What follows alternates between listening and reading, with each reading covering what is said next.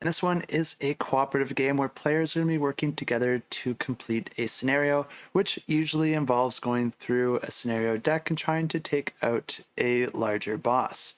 Something that's really neat about this one is that it is based on the book series with the same name, and the game is actually designed by the author of that book. So this guy just has a ton of talent because neither writing a book or designing a game is a particularly easy task. So really impressive work here.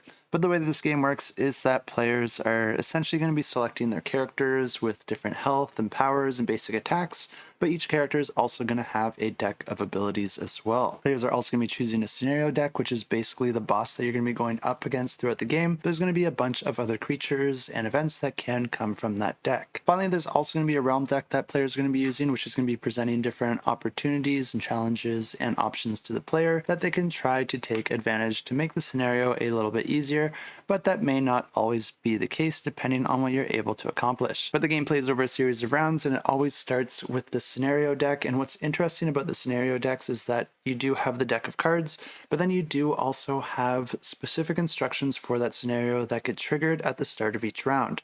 So whenever you start the round, you're going to be going through those instructions, which can have different effects and also cause more scenario cards to be drawn.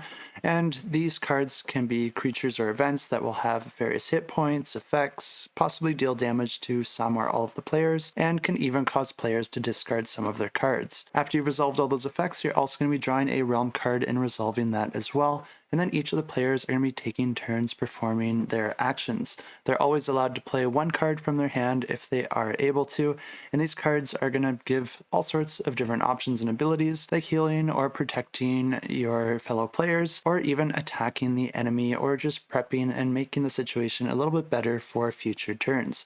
Players do start with 5 of these cards at the beginning of the game, but you'll also be drawing another card at the end of your turn. Most of these cards do get discarded after you've played them, but some of them can have lasting or persistent effects and will remain face up on the table. But in addition to playing one of these cards, players will also be able to use one effect, and you could either use this from one of the cards that you've previously played, or you could use the effect from your player card, which is usually a basic attack. After all the players have had their turn, it's going to return to the scenario deck's turn and then drawing a realm card and then repeating the player's turn exactly the same until either the scenario is defeated or all the players are defeated. And in that case, they would lose the game, but otherwise they win. And if you are interested to learn more about this one, you can check it out. I'll have it linked in the description below.